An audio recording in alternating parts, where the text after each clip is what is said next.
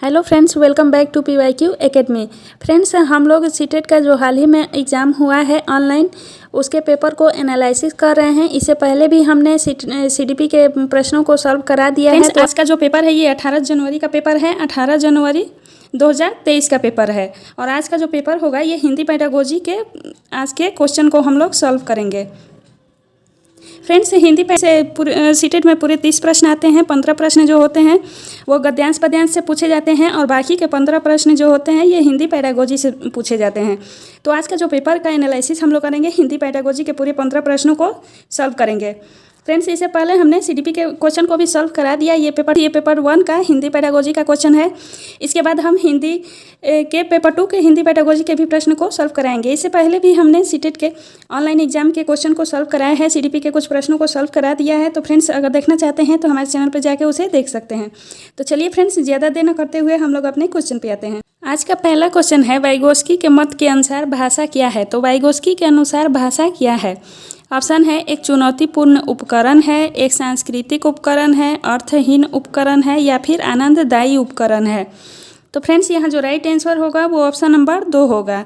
Vygotsky के अनुसार भाषा जो है एक सांस्कृतिक उपकरण है, क्योंकि वाइगोस्की ने सामाजिक सांस्कृतिक विकास का सिद्धांत दिया था। उसके अंतर्गत उन्होंने संस्कृति को भाषा के विकास में अहम योगदान माना है, इसलिए ऑप्शन नंबर 2 राइट होता है यहाँ पे। अगला क्वेश्चन देखते हैं दोस्तों। भाषा कोई पृथक वाक्य या शब्द नहीं है, इसलिए अध्यापक को भाषा एक अर्थपूर्ण डैश के रूप में प्रस्तुत करनी चाहिए।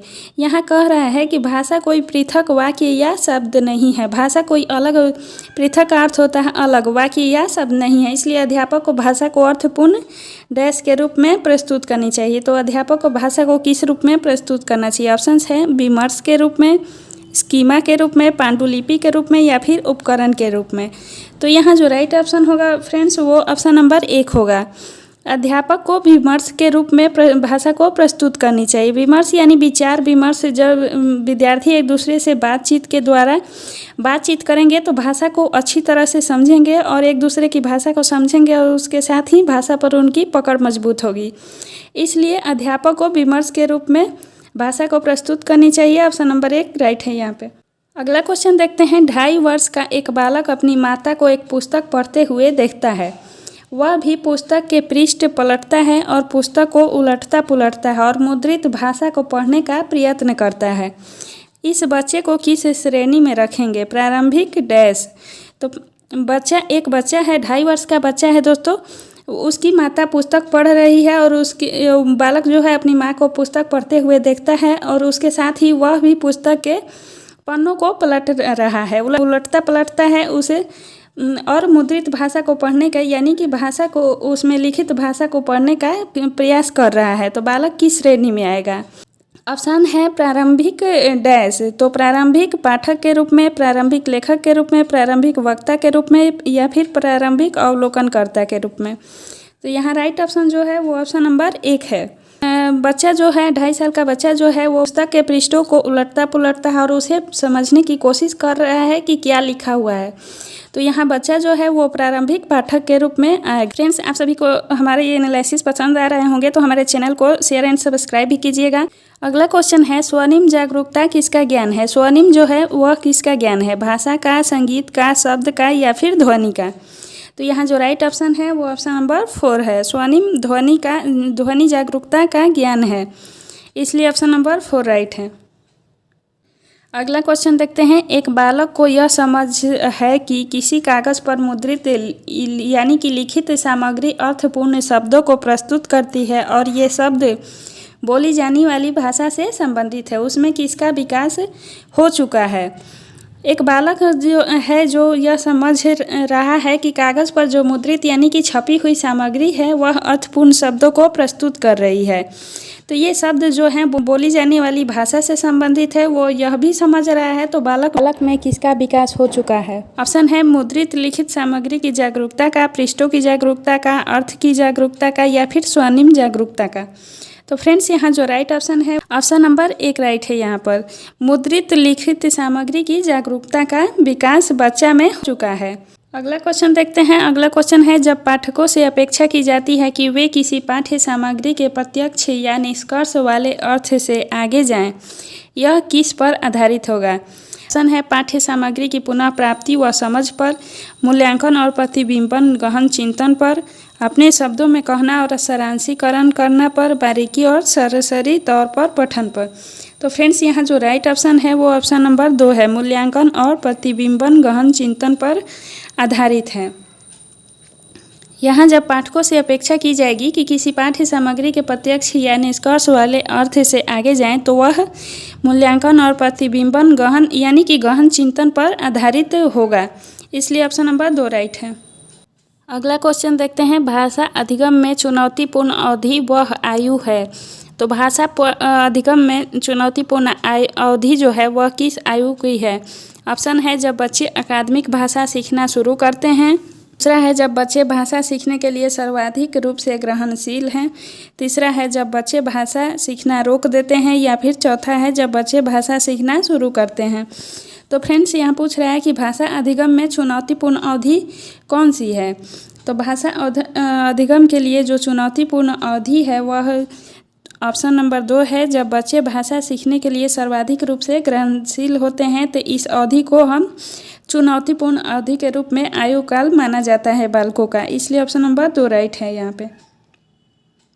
अगला क्वेश्चन देखते हैं, एक अध्यापिका वह मानती है कि स्वयं की बनाई वर्तनी इन्वेंटेड बच्चों की वर्तनी सीखने की क्षमता को धीमा कर देगी।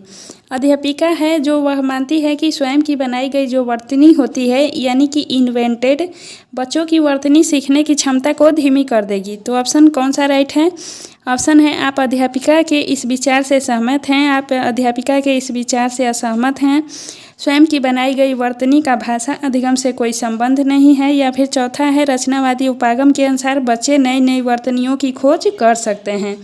तो फ्रेंड्स, यहाँ जो राइट ऑप्शन है वो ऑप्शन नंबर 2 है, क्योंकि अध्यापिका मानती है कि स्वयं की बनाई गई वर्तनी जो है वो बच्चों की वर्तनी सीखने की क्षमता को धीमा कर देगी। ऐसा बिल्कुल भी नहीं है, इसलिए हम अध्यापिका के विचार से सहमत नहीं हैं।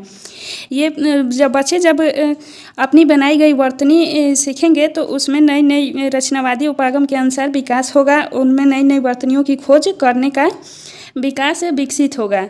इसलिए एक क्वेश्चन के अकॉर्डिंग यहाँ ऑप्शन नंबर 2 गलत है।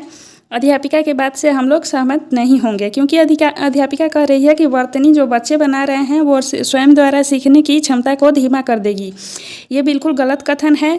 जब बच्चे स्वयं द्वारा बनाई गई वर्तनी को सीखने की क्षमता बच्चों में होगी तो उसके द्वारा उनकी सीखने की क्षमता को धीमा नहीं करेगी, बल्कि सीखने की क्षमता को तेज करेगी। बच्चे जल्दी से सीखेंगे और उनमें नई नई ध्वनि वर्तनी को विकसित करने की क्षमता भी विकसित होगी। इसलिए ऑप्शन नंबर 2 गलत है। अगला क्वेश्चन है, प्राथमिक स्तर पर विद्यार्थियों के लिए पढ़ाई का माध्यम क्या होना चाहिए? तो प्राथमिक स्तर पर विद्यार्थियों के लिए पढ़ाई का माध्यम क्या होना चाहिए? ऑप्शन है मातृभाषा, हिंदी, अंग्रेजी या फिर राज्य की भाषा।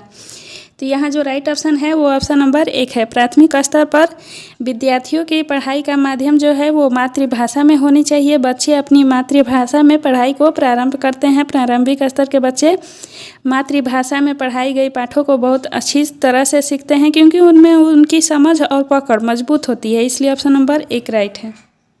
अगला क्वेश्चन देखते हैं। क्वेश्चन है, राष्ट्रीय शिक्षा नीति 2020 के अनुसार बच्चों द्वारा बोली जा रही भाषा और विद्यालय में पढ़ाई के माध्यम की भाषा में विद्यालय अंतर को क्या किया जाना चाहिए? ऑप्शन है अनदेखी करनी चाहिए, बनाए रखना चाहिए, बढ़ाना चाहिए या फिर पाटना पुल बनाना चाहिए। तो यहाँ पूछ रहा है कि राष्ट्रीय शिक्षा नीति के अनुसार बच्चों द्वारा बोली जा रही भाषा और विद्यालय में जो भाषा पढ़ाई जा रही है उनके मध्य जो अंतर है उसे क्या किया जाना चाहिए? उसका अनदेखी किया जाना चाहिए, बनाए रखना चाहिए, बढ़ाना चाहिए या फिर पाटना यानी कि पुल बनाना चाहिए। तो यहाँ जो राइट ऑप्शन है वो ऑप्शन नंबर, तो फ्रेंड्स यहाँ ऑप्शन नंबर 4 सही है। पाटना यानी कि पुल बनाना चाहिए, पाड़ का कार्य करना चाहिए। बच्चे के घर की भाषा जो है वो पाड़ का कार्य करती है, यानी कि अस्थायी रूप से बच्चों को भाषा सीखने में विद्यालय में पढ़ाई जा रही भाषा को समझने में अस्थायी रूप से मदद करते हैं। इसलिए ऑप्शन नंबर 4 राइट है। ये प्रश्न जो है फ्रेंड्स ये कहीं ना कहीं वाइगोस्की के सामाजिक विकास के सिद्धांत से जुड़ा हुआ है, क्योंकि उन्होंने पाड़ की बात की है। अगला क्वेश्चन देखते हैं। एक अध्यापिका कक्षा 5 के शिक्षार्थियों के पठन कौशल का आकलन कर रही है। कौन सा तरीका पठन के आकलन का सर्वाधिक उपयुक्त तरीका है? तो एक अध्यापिका है जो कक्षा 5 के विद्यार्थियों को पठन कौशल का उनके आकलन कर रही है। तो विद्यार्थियों के पठन कौशल के आकलन करने का कौन सा तरीका उपयुक्त होगा? यानी कि ऑप्शन है पढ़ी गई सामग्री के आधार पर श्रुतलेख, पढ़ी गई सामग्री का अपने शब्दों में सारांशीकरण, पाठ पढ़ने के बाद शब्द का अर्थ लिखना, या फिर पढ़े गए पाठ की थीम पर एक अनुच्छेद लिखना। तो यहाँ जो राइट ऑप्शन होगा वो ऑप्शन नंबर 2 होगा। पढ़ी गई सामग्री का अपने शब्दों में सारांशीकरण करना पाठ के आकलन का, पठन के आकलन का सबसे महत्वपूर्ण तरीका है और सर्वाधिक उपयुक्त तरीका भी है। क्योंकि फ्रेंड्स यहाँ बच्चे जब पढ़ी गई सामग्री को अपने शब्दों में सारांशीकरण यानी कि अपने शब्दों में उसे लिखेंगे, जानेंगे और उसका निष्कर्ष बनाएंगे तो काफ़ी अच्छे ढंग से सीखेंगे और उनमें सीखने की क्षमता भी जागृत होगी और नई नई शब्द विचार बनेंगे बालकों के अंदर। इसलिए ऑप्शन नंबर 2 सही है। सर्वाधिक उपयुक्त तरीका यही है कि पढ़ी गई सामग्री को अपने शब्दों में सारांशीकरण किया जाए। क्वेश्चन है, विक्रम का जन्म मध्य प्रदेश में हुआ और इसके 6 वर्ष बाद उसके पिता का स्थानांतरण केरल में हो गया। वहाँ विक्रम को एक अंग्रेजी माध्यम के विद्यालय में प्रवेश दिलाया गया, किंतु कुछ ही महीनों में उसने मलयालम सीख ली। इस स्थिति में विक्रम ने क्या किया? ऑप्शन है अपने परिवेश से मलयालम अर्जित की, विद्यालय से मलयालम सीखी है, किसी अध्यापक से मलयालम सीखी है, या फिर भाषा अध्यापक से मलयालम सीखी है। तो यहाँ कौन सा ऑप्शन राइट होगा चारों में से? यहाँ जो राइट ऑप्शन है वो ऑप्शन नंबर 1 सही है, क्योंकि विक्रम जो है अपने परिवेश से मलयालम भाषा को अर्जित किया है।